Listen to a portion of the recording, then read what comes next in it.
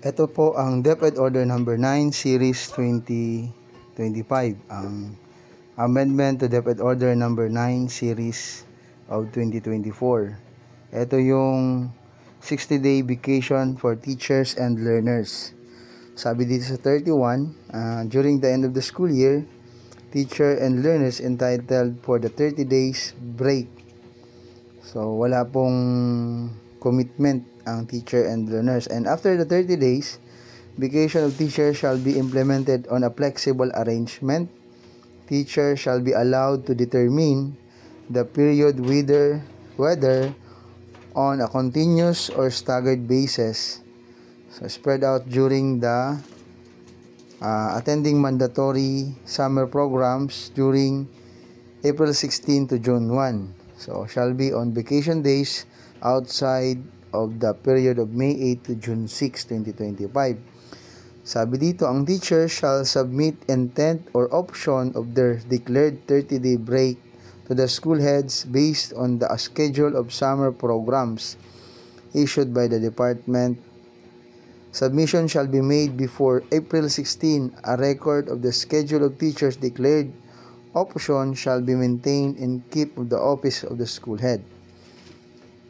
At the discretion of the teachers, attendance to 2025 summer programs as defined and pertinent issuance shall be subject to the grant of vacation service credit on top of the 30 days limit and other corresponding benefits.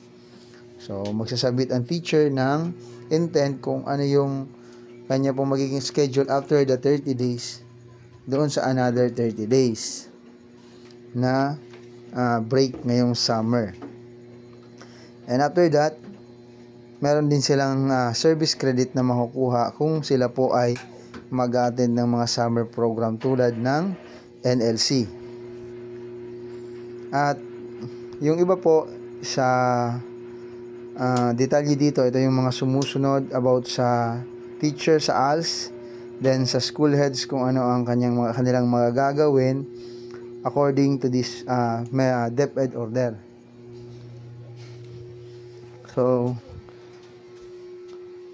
kung kayo po ay school head, kung kayo po ay teacher, kayo po as teachers, kayo po ay magbasa nito upang malaman natin kung ano yung ating gagawin ngayong vacation. Ano po?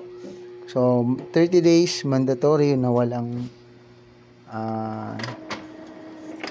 voluntary lamang po yung teacher, and after 30 days voluntary din, pero sila po yung magbibigay ng schedule sa school head kung ano yung gagawin, tulad ng mag-attend ng NLC.